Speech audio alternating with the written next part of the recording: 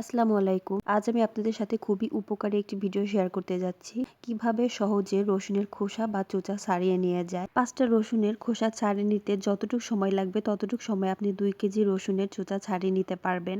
আজকে আমি 2 কেজি রসুনের খোসা ছাড়িয়ে নেব। আর এটা হচ্ছে পুরাতন রসুন। এর কোয়াগুলো কিছুক্ষণের জন্য আমি রোদ্রে দিয়ে রেখেছিলাম। এতে করে রসুনের খোসাগুলো খুব ভালো করে ছাড়ানো যায়। এরপর আমি ছাদে এভাবে ঘষে নিচ্ছি। আর এছাড়া আপনারা ইচ্ছা করলে এই কাজটি ছালার উপরেও করতে পারেন। আর এখন যেহেতু অনেকের বাসায় পুরাতন রসুন আছে আর এভাবে খুব সহজেই ছাড়িয়ে নিতে পারবেন। আমার আম্মু তো সবসময় এভাবে রসুনের খোসাগুলো চোষা ছাড়িয়ে থাকে। ছাড়ানোর সব থেকে সহজ উপায় হচ্ছে এইটা। প্রথমে খুব ভালো করে রোদ্রে দিতে হবে, এরপরে যে হাত দিয়ে এভাবে ঘষে ঘষে ঘষে ঘষে রসুনের চোষাগুলো ছাড়াইতে হবে।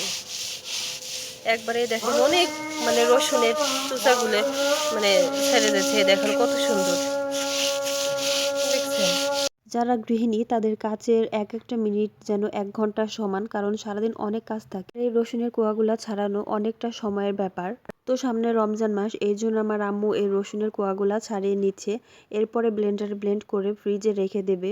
আপনার 5টা রসুন ছুলে নিতে যতটুকু সময় লাগবে ততটুকু সময় আপনি 2 কেজি রসুনের কোয়া ছাড়িয়ে নিতে পারবেন।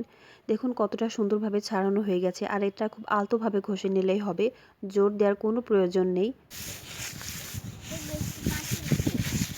এই যে দেখুন কত কম সময়ে আমার আম্মু কতগুলা রসুনের খোসা ছাড়িয়ে ফেলেছে।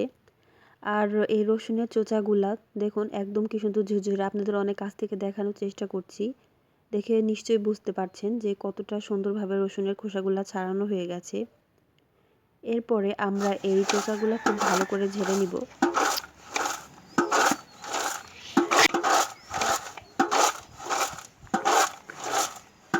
ধুলেই একটা চকচক করবে।